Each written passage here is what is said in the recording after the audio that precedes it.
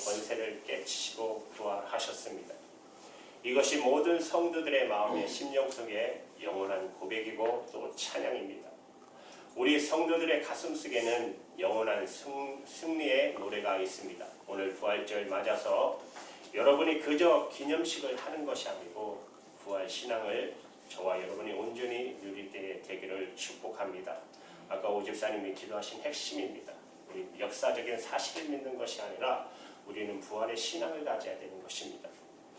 도대체 부활 신앙이라고 말하는 것은 어떤 신앙을 말하는 것인가? 제자들이 예수님의 부활을 증거할 때 그들은 죽음도 두려워하지 않았습니다. 예수 그리스도의 부활의 복음을 전하는 열망 하나로만 가득 차 있었어요. 어떻든지 예수님의 부활하신 이 복음을 모든 사람에게 전하고 싶은 그 마음 하나밖에 없었고, 그것 때문에 죽는다면 죽어도 좋다고 생각했어요. 제자들이 가졌던 바로 이 믿음이 부활 신앙이라고 하는 것입니다. 여러분 주목해 볼 것은 내가 예수님의 부활하셨다는 사건, 그 사건을 내가 알고 내가 믿는다, 그것과 부활 신앙은 다르다는 것입니다. 그 점에 대해서 오늘 여러분에게 분명하게 말씀드립니다. 여러분들은 다 예수님의 부활에 대해서 이미 다 믿으신다고 하실 것입니다. 예수님이 부활하셨다는 말씀에 대해서 수없이 들으셨을 것입니다. 그래서 여러분에게 예수님의 부활을 믿으십니까? 그러면 다 아멘 하실 것입니다. 그러면 부활 신앙을 가진 건가? 그렇지 않습니다. 그건 예수님의 부활 사건에 대해서 알고 있다, 또 예수님의 부활을 믿는다, 그렇게는 말할 수 있지만 부활 신앙을 가졌다고는 말할 수가 없습니다. 여러분이 예수님의 그 부활, 예수님의 그 복음을 다른 사람에게 전하고자 하는 견딜 수 없는 갈망 여러분 안에 있고, 그것 때문에 내가 어떤 고난을 당하고 비록 죽는다 하더라도 나는 상관하지 않겠다라고 한다면 여러분은 부활 신앙을 가지고 있지만, 그러나 내가 예수님의 부활하신 것을 내가 알지만 또 내가 믿지만 내가 그 부활의 복음을 다른 사람에게 전하고자 하는 열망이 있는 것도 아니고, 더욱이 그것 때문에 내가 고난을 당하고 핍박을 당한다면 나 정말 자신이 없어 라고 하신다면 여러분은 부활 신앙을 가지고 있는 것이 아니라고 말할 수 있어요. 제자들도 예수님이 부활하신 것을 그들이 처음 체험하고 부활하신 예수님을 만나고 난 다음에 바로 부활 신앙을 가진 것은 아닙니다. 그들이 예수님이 부활하신 것을 체험하고 부활의 예수님을 만나고 큰 충격을 받은 것은 사실이에요. 그렇지만 그들이 그때 마음은 오히려 더욱 좌절감에 빠졌어요. 자기들이 예수님이 십자가 지실 때 예수님을 다 부인하고 다 도망가 버렸던 제자들, 예수님이 어떻게 다시 볼 면목이 있겠어요? 예수님께서 자기들 받아주실 것 같지도 않았어요. 그래서 제자들은 예수님 부활하신 것을 보고도 그들은 다시 옛날 어부 생활로 돌아가려고 했잖아요. 예수님의 부활을 실제로 목격한 제자들, 바로 부활 신앙을 가진 것은 아닙니다. 그들은 나가서 예수님이 부활하셨다, 다른 사람에게 전하는 것도 대단히 자신이 없었고, 누가 믿어주겠어? 안 믿으면 또 어떻게 하겠어? 부활하셨다고 괜히 나갔다가 붙들려 옥에 갇히고 죽으면 그것은 어떻게 감당하겠어? 예수님의 부활을 실제로 목격했지만 예수님의 제자들은 밖으로 세상으로 나가서 예수님의 부활을 증거할 수가 없었습니다. 그런 능력이 없었어요. 예수님께서도 제자들에게 너희들이 내가 부활한 것을 이렇게 보고도 왜 빨리 나가서 전하지 않느냐고, 나의 부활을 전하라, 그렇게 하지 않으셨어요. 예수님께서 오히려 제자들을 붙드셨어요. 나가지 마라, 기다려, 아직 안 돼. 아니, 부활하신 예수님을 직접 만났는데도 뭘 또 기다립니까? 주님이 기다리라는 것은 바로 성령이 오시기까지 기다리라고 말씀하신 거예요. 예수님께서 제자들에게 아직도 부활의 신앙이 없다는 것을 아셨어요. 부활의 신앙은 어떻게 얻어지는 것이죠? 내가 예수님의 부활하셨다는 그 역사적인 사실을 분명히 내가 믿는 것과 함께 성령께서 내게 임하셔야 부활 신앙을 가지게 됩니다. 예수님께서 제자들에게 예루살렘을 떠나지 말고 내게 들은 바 아버지의 약속하신 것을 기다리라. 그러면 몇 날이 못해서 너희들이 성령의 세례를 받을 것인데, 그러면 성령이 너희에게 오시면 권능을 받고, 부활신앙은 권능과 관련이 있는 것입니다. 권능과 관련이 있어요. 죽음도 두렵지 않는 권능과 관련이 있는데, 그런 권능은 하나님은 성령이 임하시면 너희가 권능을 받고 내 증인이 될 것이라 그렇게 말씀하셨어요. 그래서 부활신앙은 성령의 역사로 이루어지는 것입니다.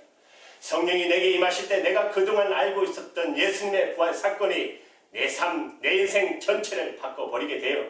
제자들은 예수님의 부활하신 것에 대해서 분명히 체험했지만 마가다락방 오순절 마가다락방에서 성령을 받기 전까지는 그들은 아무 힘이 없었어요. 그런데 마가다락방에 성령이 임하고 난 다음에 그들은 죽음에 대한 두려움이 사라져 버렸습니다. 여러분이 죽음에 대한 두려움이 사라지는 것은 우리가 결심을 해서 되는 일이 아니잖아요. 많은 걸 책을 봐서 터득해서 되는 것도 아니잖아요. 오직 성령의 역사로 영생에 대한 눈이 열려야 죽음에 대한 두려움이 없어지는 것입니다. 성령의 역사로 분명히 눈을 떠야 비로소 죽음이 아무것도 아니구나 그런 확신이 오게 되는 것입니다. 가장 놀라운 일, 정말 예수를 믿고 우리가 누리는 가장 놀라운 역사가 바로 부활신앙인데 그것은 내 마음속에 설명할 수 없는 평안이 오는 것. 예수님께서 부활하신 예수님께서 제자들에게 오늘 21절에 이렇게 말씀하세요. 너희에게 평강이 있을지라고 말씀하셔요. 부활하신 예수님께서 우리에게 역사하시는 가장 놀라운 것은 이 세상이 줄 수 없는 놀라운 평안입니다. 이 평안은 혼자 우리가 조용히 묵상할 때 내 마음속에 임하는 그런 평안이 아닙니다. 예수님께서 제자들에게 너희에게 평강이 있을지다 하시고 바로 이어서 아버지께서 나를 보내신 것 같이 나도 너희를 보내노라 하고 말씀하세요. 그 말씀은 이제 너희들이 나가서 너희들을 죽이고 핍박하는 자들 앞에 나가서 예수의 부활을 전하라 이런 말씀이에요. 그러니 예수님이 주시는 평강은 우리가 조용히 혼자서 묵상할 때 내 마음에 임하는 그런 평강의 말씀이 아니에요. 나를 죽이려고 하는 사람 앞에 섰을 때도 내 마음이 평안해지는 것, 나를 죽이려고 하는 사람 앞에 서 있을 때도 내 마음에 평강을 주시는 것을 말씀하시는 거예요. 그것이 바로 예수님께서 제자들에게 부활신앙으로 주시려고 했던 역사예요. 고린도전서 15장 55절의 말씀을 보면 이렇게 말해요. 사망아 너의 이기는 것이 어디 있느냐, 사망아 너의 쏘는 것이 어디 있느냐라고 말씀하셔요. 부활신앙의 핵심은 사망의 권세를 이기는 것입니다. 여러분은 죽는 것도 두렵지 않죠? 부활신앙을 가졌습니까? 만약에 그 점에 대해서 아직도 확실하지 않다면 여러분 오늘 이 부활절에 받으실 은혜가 정말 많은 것을 인정하십시오. 부활절은 기념식처럼 보낼 일이 아닙니다. 이 부활절에 내가 받을 은혜가 아직도 있어요. 여러분 이 평강이 어떻게 가능할 수 있겠습니까? 죽음도 두렵지 않는 이 평강이 어떻게 가능하죠? 바로 성령의 역사로 가능한 것입니다. 예수님께서 제자들에게 너희들이 이제 나가서 내 증인이 될 것이라 하고 말씀하면서 22절에 평강을 빌어주시는데 곧이어 22절에 저희를 향하여 숨을 내쉬며 가라사대 성령을 받으라 하셨어요. 성령의 역사함으로만 이렇게 되어지는 것입니다. 죽음도 두렵지 않는 놀라운 평강을 얻게 되는 것이에요. 여러분 예수를 믿고 정말 죽음도 두렵지 않는 평강을 누리게 되는 열쇠는 내가 이미 예수님 안에 죽었기 때문에 그래요. 이미 죽은 사람이 무엇이 죽는 게 또 두렵겠습니까? 성경은 분명히 말씀하셨어요. 우리가 예수를 믿는다는 것은 예수님과 함께 죽었다는 것을 말씀하고 있어요. 로마서 6장 3절에 물은 예수 그리스도와 합하여 세례를 받은 우리는 그의 죽으심과 합하여 세례를 받은 줄 알지 못하느냐. 우리는 예수님의 죽으심과 합해서 세례를 이미 받았어요. 그 말씀은 예수님과 함께 우리가 죽었다는 말이에요. 내가 예수님과 함께 죽었으니까 이제 더 이상 죽는 게 무섭지 않는 것이죠. 하나님께서는 오늘 여러분에게 여러분 중에 아직도 나는 부활신앙을 가지지 못했구나, 나는 여전히 죽는 게 두려운데 하신다면 하나님은 여러분에게 물으세요. 너는 예수 그리스도와 함께 십자가에 죽은 것이 분명하니? 하고 이렇게 물으세요. 하나님은 우리에게 오직 하나의 믿음을 보시기 원하십니다. 그것은 예수님과 함께 죽었다는 것에 대해서 너는 정말 믿느냐? 우리가 이 부활의 능력을 경험하지 못하는 이유는 오직 하나예요. 내가 예수님과 함께 죽었다는 믿음을 갖고 있지 않기 때문에 여러분 로마 교회 초대 그리스도인들이 얼마나 많은 핍박을 받았습니까? 말할 수 없는 핍박을 그 핍박을 피해서 어디로 갑니까? 카타콤이라는 무덤 속으로 들어가잖아요. 다행히 그 흙이 응야암으로 되어 있어서 손으로 파기가 쉬웠어요. 그걸 파서 거기서 몇 대를 살았잖아요. 아이를 낳고 죽음을 보고. 그런데 거기에 희한한 것이 그 흙이 너무 좋아서 냄새를 없애요. 그러니까 시체하고 같이 살아도 이렇게 냄새가 없으니까 그 몇 대를 거기서 살아갈 수 있어요. 시체를 보면서 항상 죽음 가운데 있었어요. 시신들과 같이 살았어요. 그들은 날마다 죽었어요. 그들이 보는 것이 죽음이었으니까요. 그래서 그들은 예수님과 함께 죽었다는 것에 대해서 너무나 분명히 실감하고 살았어요. 그런데 놀라운 것은 그들은 그 무덤 속에 살았지만 예수님의 생명으로 살았어요. 부활의 주님과 함께 살았어요. 그들은 그곳에서 찬송했고 기뻐했고 감사했고 사랑했어요. 결국 그들을 통해서 로마가 뒤집어지고 말았습니다. 바로 부활의 역사입니다. 날마다 죽는 것, 예수 그리스도가 함께 이미 내가 죽었다는 것을 믿는 것, 그것이 바로 내 삶 속에 죽음도 두려워하지 않는 부활의 믿음을 일어나게 해주는 것입니다. 많은 크리스찬 성도들이 상처를 받았다고 말해요. 그것은 그에게 상처를 준 사람이 있었다는 뜻이지만 또 하나 상처받긴 쉬운 마음을 자기가 붙잡고 살았다는 뜻이에요. 상처로 물들어 있고 병들어 있는 자아를 자기 생명으로 여기고 살고 있다는 뜻이에요. 많은 사람들이 살기 힘들고 어렵다고 지금 말해요.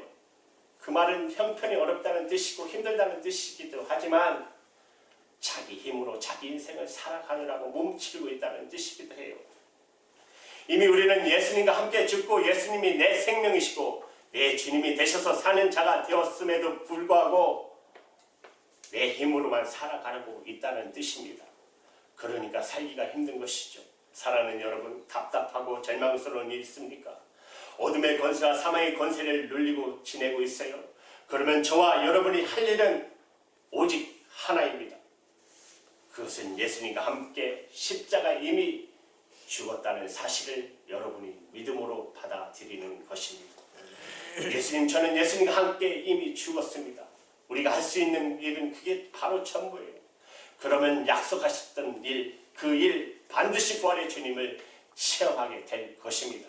로마서 6장 8절에 만일 우리가 그리스도와 함께 죽었으면 또한 그와 함께 살 줄을 믿느니, 여러분 이것이 우리 영혼이 사는 길이고 우리 가정이 사는 길이고 그리고 우리 인생이 예수님의 부활의 능력으로 영광을 드러낼 수 있는 길이에요. 이것이 바로 부활신앙입니다.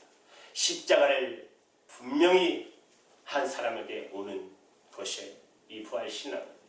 부활신앙을 가진 사람은 설명할 수 없는 기쁨이 있잖아요. 마음속으로부터 샘솟는 기쁨이 있어요.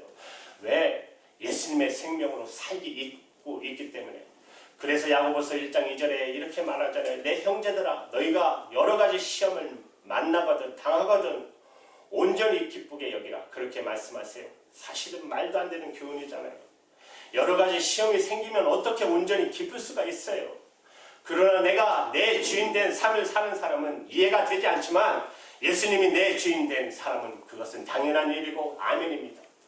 예수님께서 있어서 이길 수 없는 시험, 견딜 수 없는 고난은 없는 것입니다. 나를 넘어뜨릴 수 있는 고난은 없어요. 괴로울 때 괴로워하고 기쁠 때 기뻐한다면 그러면 부활신앙 가졌다는 의미가 무엇이에요? 괴로울 때 괴로워하고 기쁘면 기쁘고 기쁠 때 기쁘면 부활신앙을 가지나 안 가지나 무슨 의미가 있겠습니까? 오늘 이 시간에게 여러분에게 부활절은 그저 매해마다 있는 절기가 아니길 바랍니다. 부활절에 내가 받을 은혜가 있어요. 아직 내게 해결되지 않은 신앙적인 문제가 있어요. 하나님 오늘 그것을 여러분에게 주시길 원하세요. 성령을 받고 부활의 신앙을 가진 제자들의 마음에는 오직 하나만의 소원이었어요. 그것은 부활의 복음, 영생의 복음을 전하여야 됐다는 것이에요. 제자들이 성령을 받고 나가서 예수님의 부활을 전했는데 그것은 예수님이 부활하셨습니다. 역사적인 사실을 전하는 것이 아닙니다. 아니 예수님이 사셨다니까. 사람 만나는 것만 사람 여보세요. 예수님이 분명히 다시 살았어요. 이것이 부활의 증인인가요? 아닙니다. 제자들이 예수님의 부활의 능력의 메시지를 전한 것은 바로 복음의 메시지예요. 여러분, 예수님이 십자가에 죽으셨다가 사흘 만에 진짜 성경의 약속대로 부활하셨습니다. 그리고 우리와 40일 동안 같이 지내셨어요. 그리고 승천하셨는데 열흘 뒤에 성령으로 우리에게 다시 오셨어요. 그러므로 여러분, 더 이상 제 가운데 사시면 안 됩니다. 하나님은 정말 살아계시고 우리에게 영원히 구원받을 십자가의 복음을 주셨습니다. 그러니 빨리 당신도 죄를 회개하고 예수를 믿어 성령의 세례를 받으십시오. 그러면 성령이 당신들에게 임하실 것입니다. 이것이 바로 제자들의 부활의 메시지였어요. 그들이 전한 것은 단순히 예수님이 부활하셨다는 역사적인 사실을 전한 것이 아니고, 그렇기 때문에 이제 빨리 죄를 회개하고 예수 믿어 당신들도 구원받고 성령을 받으라고 하는 말씀을 전한 거예요. 예수님께서 제자들을 전도하러 보내셨어요. 내가 너희를 보낸다. 부활신앙을 가진 사람은 반드시 그렇게 되게 되어 있어요. 그런데 너무 놀라운 약속을 주셨어요. 23절에 보면 정말 너무나도 놀라운 말씀을 그 제자들에게 줘요. 너희가 누구의 죄든지 사하면 사하여질 것이요 누구의 죄든지 그대로 두면 그대로 있으리라 하시니까. 너무나도 기가 막힌 말씀이잖아요. 제자들에게 그저 전도하러 나가라, 나의 부활을 이제 전하러 나가라, 그렇게 말씀하지 않으시고 너희들이 이제 나가서 누구의 죄든지 사함을 받을지어다 하면 그 죄가 사함을 받고 그대로 두면, 너희들이 그대로 두면 그들의 죄가 그대로 있을 거다. 얼마나 기가 막힌 말씀이십니까? 물론 성령께서 제자를 통해서 그 일을 하시겠다는 말씀입니다. 성령을 주시니까 제자들이 그렇게 사역을 하게 되게 되어 있다는 것이죠. 그러나 이 권세가 보통 권세입니까? 우리가 사람의 육신의 병을 고치는 의술이 있다고 한다면 이것도 얼마나 놀라운 참 보람이 있겠어요. 병 들어가서 죽어가는 사람들 내가 고쳐서 건강하게 했다면 이보다 더 황홀한 일이 있겠습니까? 여러분, 가진 물질이 많아서 세상에 죽어가는 많은 사람들에게 헐벗은 사람들을 도와주어서 그 사람들이 살아날 수 있다면 물질을 가진 자의 축복이 거기에 있는 것이죠. 죽어가는 사람들 옆에서 그를 임종할 때까지 위로가 되어주고 돌볼 수 있는 호피스 사역, 그것도 그렇게 보람 있는 사역이라고 할 수 있어요. 그러나 영원한 지옥에 갈 수밖에 없는 사람을 하나님의 자녀가 되고 천국 백성이 되게 해주는 권세가 저와 여러분에게 있다면 여러분, 이게 얼마나 황홀한 일이에요. 내가 한 사람의 죄를 사여서 그 사람이 지옥 가지 않고 천국 갈 수 있는 권세를 받았다면 여러분, 이건 무엇으로 설명해야 됩니까? 제자들이 복음을 전하는 열망 하나 두고 뛰쳐나간 바로 이유가 바로 여기에 있어요. 그들에게는 이제 사람들의 죄를 사하는 권세가 주어졌기 때문에 그들이 나가서 이제 십자가 부활의 복음을 전하고 누구든지 그 사실을 믿고 받아들이고 예수님을 영접하면 그는 죄에서 사함을 받고 하나님의 자녀가 되는 것이에요. 그것을 깨달았을 때 제자들은 더 이상 가만히 있을 수가 없었던 것이에요. 성령께서 사명의 축복을 깨닫게 해주시는 분이세요. 이것이 부활신앙을 가진 사람의 믿음입니다. 많은 성도들이 예수님의 십자가를 바라보는 것은 좋아해요. 그러나 십자가를 지라고 하면 너무너무 부담스러워합니다. 그러나 성령님께서 그에게 임하시면 십자가 지는 사명이 얼마나 큰 축복인가를 알게 됩니다. 18세기 후반부터 19세기 초반까지 영국의 복음주의 운동을 위해서 힘쓰셨던 찰스 시몰이라는 아주 영성이 뛰어난 목사님이 계십니다. 이 목사님은 캠브리지 대학에 있는 성삼일체 교회 담임 목사가 되어서 22살 때부터 77세까지 56년 동안 성삼위 교회 담임 목사로서 강단에서 설교를 하십니다. 그런데 그때 당시 영국 사회 풍조는 신앙적인 풍조가 다 자유주의로 다 흘러버렸어요. 그러나 시몬 목사님은 계속 가서 십자가의 복음, 부활의 복음, 정확한 복음을 설교할 때 조롱도 너무너무 많이 받으셨어요. 무식하다, 수준이 안 맞는다, 이 책이 언제 책인데 이거 가지고 이 하나 책 가지고 아직도 전하느냐, 그러면서 몇십 대 너무 많이 받았어요.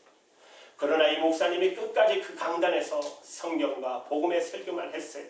그래서 캠브리지 대학에서 성삼위 교회 강단을 성경의 말씀으로 제꼈다는 평가를 받는 분입니다. 그러나 그것은 쉬운 일이 아니었다고 말합니다. 그분의 일기 속에 이렇게 기록되어 있어요. 오늘 대학 내 많은 불평과 경멸의 표적이 되어버린 나는 많은 논쟁으로 인해 받은 마음의 상처가 너무 괴로워 성경책을 들고 앞만 보고 걷고 있었다. 나는 하나님께 말씀 한마디라도 주셔서 저를 위로해 주시면 좋겠습니다 하고 기도하였다. 그리고 성경을 펼쳤더니 바로 시몬이라는 구레네 사람이 시골로서 오는 것을 잡아 그에게 십자가를 지워 예수님을 쫓게 하더라 하는 구절을 보게 되었다. 시몬은 나의 이름 시몬과 같은 것이므로 이 말씀이 나에게 주신 말씀임을 알았다. 예수와 함께 십자가를 지다니 얼마나 큰 특권인가. 나는 그것으로 충분하였다. 기뻐 펄쩍펄쩍 뛰면서 주님 십자가를 지겠습니다. 십자가를 내게 지워 주십시오라고 소리 질렀다. 이때부터 핍박은 나의 이마에 둘러진 영광의 면류관이 되었다. 여러분, 이런 믿음이 어디서 나오죠? 예수님과 함께 십자가 지는 것이 이것이 내게 주어진 특권이라고. 하나님 나에게 십자가를 지워 주십시오. 그리고 기뻐서 펄쩍펄쩍 뛰면서 하나님께 구했다는 도대체 이 역사가 어떻게 일어납니까? 바로 성령님이 하신 것이죠.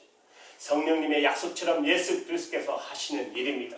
지금도 예수님은 우리 가운데 함께 계셔서 바로 당신의 일을 하고 계시다는 사실을 정확하게 눈이 뜨고 나면 십자가 지는 것도 축복입니다. 초대교회 당시의 핍박자들은 그것을 몰랐어요. 그들은 생각할 때 예수 믿는 사람들, 전도자들만, 그 사람들만 감옥에 가두고 그들을 죽이면 이제 복음의 역사는 끝난 줄 알았어요. 전도할 사람이 없는데 복음이 어떻게 전해지겠어? 그러나 복음의 전도는 예수 그리스도 그분이 직접 하신다는 것을 그들이 몰랐습니다. 복음이 증거되는 것은 사람인 전도자가 하는 것이 아니고 예수 그리스도 그분이 직접 하신 것을 그들이 몰랐기 때문에 사람들만 감옥에 가둬놓았는데 그래도 복음은 계속해서 더 전해지는 거예요.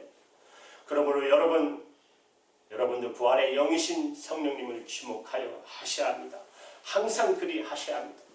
여러분이 언제 어디서든지 성령님으로 우리 가운데 예수 그리스도 그분이 부활의 역사로 지금도 역사하고 계십니다. 노벨 문학상을 받은 소련의 작가 솔제니치 공산주의 스탈리차의 체제를 비판하다가 그만 시베리아 수용소로 끌려가게 돼요. 가족들은 다 흩어지고 그는 말할 수 없는 고통스러운 세월을 수용소에서 보내기 시작합니다. 하루 14시간이라는 중노동하고 도무지 견딜 수 없는 추육 속에서 병까지 들어요. 장암이 생겼어요. 솔제니치는 더 살고 싶지 않았어요. 이 수용소에서 나갈 희망도 안 보이고 몸은 병들어 죽고 싶었어요. 그러니 죽을 수도 없고 그래서 갑자기 생각나는 게 어떻게 하면 죽어야 될지 그때 생각이 나더랍니다. 내가 사람들이 모여있을 때 철조망을 쪽으로 도망가서 막 달려가면 그러면 간수가 총을 쏘아 죽여주지 않겠나. 그러면 되겠구나. 간수들이 나를 죽여주겠구나. 그래서 그가 정말 그리했어요. 사람들이 모이는 시간에 그가 철조망으로 뛰쳐가려고 일어났어요. 그런데 갑자기 전혀 알지 못하는 어떤 한 사람이 자기 앞을 딱 가로막더니 바닥에다가 십자가를 그리고 자기 보고 그것을 보라고 하라고 지나갔어요. 누군지 모르는 사람입니다. 그 십자가 이미 본 적이 있는 십자가 성경도 다 알고 있는 솔직이지만 그 사람이 바닥에다가 그려놓은 어설픈 그 십자가를 바라보는 순간에 말할 수 없는 마음의 평강이며 설명할 수 없는 평강이 마음에 오는 거예요. 순간에 그 사람이 예수님이 보낸 천사인가 보다. 내가 스스로 죽음의 길을 가는 것을 막으시려고 보내신 천사인가 보다. 그렇게 생각하고 그는 자살을 포기합니다. 그때 그 수용소 안에 유대인 의사가 한 사람 있었어요. 톰 필더라는 의사입니다. 그도 역시 스탈린에 대해서 비판적인 말을 했다가 수용소로 끌려오게 됩니다. 수용소에서 수용소에 있는 환자를 돌보는 의사 일을 하고 있었습니다. 어떤 그리스도인들이 그에게 끊임없이 복음을 전합니다. 그는 예수 믿기를 그러나 그는 예수를 믿기를 완강히 거절해요. 절대로 나는 예수를 안 믿는다고 해요. 그런데 자기에게 그렇게 전도하던 그 사람이 어느 날 고문을 견디다 못해 죽어가는 자리에 자기가 의사니까 임종하게 됩니다. 죽어가는 그 사람을 지켜보고 있는데 자기에게 복음을 전해주던 사람이 얼마나 맞아서 죽을 지경이 됐겠습니까? 떨리는 입술로 무언가를 말하는데 기도하는 것 같아요. 그래서 그 입에다가 가까이 귀를 대고 들어보니까 그가 이렇게 기도하고 죽습니다. 하나님, 우리가 우리에게 죄진 자를 용서하셔 주시옵소서. 나를 받아주시고 저들의 죄를 사하여 주시옵소서. 이 톰필드가 충격을 받아요. 아니, 당신을 이렇게 무지하게 때려서 죽이는 그 사람을 향하여 당신은 어떻게 용서하고 그를 위해 기도할 수 있습니까? 그때 받은 충격으로 그것이 그리스도인이 되는 건가? 그래서 비로소 마음의 문을 열고 예수님을 영접해요. 그리고 독실한 그리스도인이 됩니다. 그도 역시 영혼의 자유와 평강을 얻어요. 그리고 그는 두 가지를 결심합니다. 나에게 놀라운 사랑을 가르쳐준 그 그리스도인처럼 나도 사람을 사랑하며 살겠다. 또 하나는 나에게 그 기쁜 복음을 전해준 그 사람처럼 나도 복음을 전하며 살겠다. 그렇게 결심해요. 수용소 안에서는 부정이 행행했습니다. 의사로서 올바르게 처신한다는 것은 대단히 어려웠어요. 그렇지만 그는 신실한 신앙인답게 살았어요. 어느 날 수용소에 한 사람이 암에 걸렸다는 소식을 들어요. 그가 바로 솔체니치입니다. 그러나 그 사람은 수술해 줄 대상이 아니었어요. 그렇지만 암에 걸린 그 사람을 너무 불쌍하게 여겼어요. 죽어가는 그 사람이 너무 불쌍한 거예요. 그래서 그에게 몰래 수술을 해주기로 결심을 합니다. 마취제도 부족하고 진통제도 없이 톰필드는 솔제니치를 수술해요. 너무나 그 심한 고통 속에 있는 솔제니치를 옆에서 밤새도록 간호해요. 그러면서 그가 솔제니치에게 자기가 만난 예수를 전해요. 자기가 전해들은 복음을 전해요. 고통 속에 솔제니치는 자리에 누워서 자기를 수술해준 의사로부터 예수 그리스도의 증언을 듣게 됩니다. 이 사실이 알려지면서 그 의사는 그 다음 날 처형을 당합니다. 그러나 철의 장막 같은 시베리아 수용소 안에 그 속에도 부활의 주님은 영혼을 구원하는 역사를 이루셨어요. 누구도 기억할 수 없는 것 같은, 아무도 상관하지 않을 것 같은 완전히 버림받은 그곳에서도 예수님의 부활의 역사는 일어났습니다. 그리고 그리스도의 부활의 메시지는 솔제니치를 통해서 세계 모든 사람들에게 증거되었습니다. 때때로 사단의 세력이 우리를 절망시킬 때가 있어요. 너무 두려울 때도 있어요. 그러나 부활의 신앙을 가질 때 우리에게는 더 이상 두려울 게 없어집니다. 우리 안에 승리의 찬양이 있어요. 영원히 끊어지지 않는 부활의 승리의 노래가 우리 안에 일어나게 되어 있습니다. 마틴 루터가 찬송가 384장에 이렇게 찬송해요. 내 주는 강한 성이요 방패와 병기 되시니 그 환난에서 우리를 구하여 내시도다. 이 땅에 마귀 들끓어 우리를 삼키려 하나 힘있는 장수 나와서 날 대신하여 싸우네. 이 장수 누군가? 주 예수 그리스도 만군의 주로다. 당할 자는 누구랴? 반드시 이기리로다. 오늘 이 시간에 부활하신 주님께서 성령으로 여러분 가운데 오셔서 여러분 안에 이 승리의 찬양이 터져나오게 하시기를 주님의 이름으로 축복합니다. 기도하시겠습니다.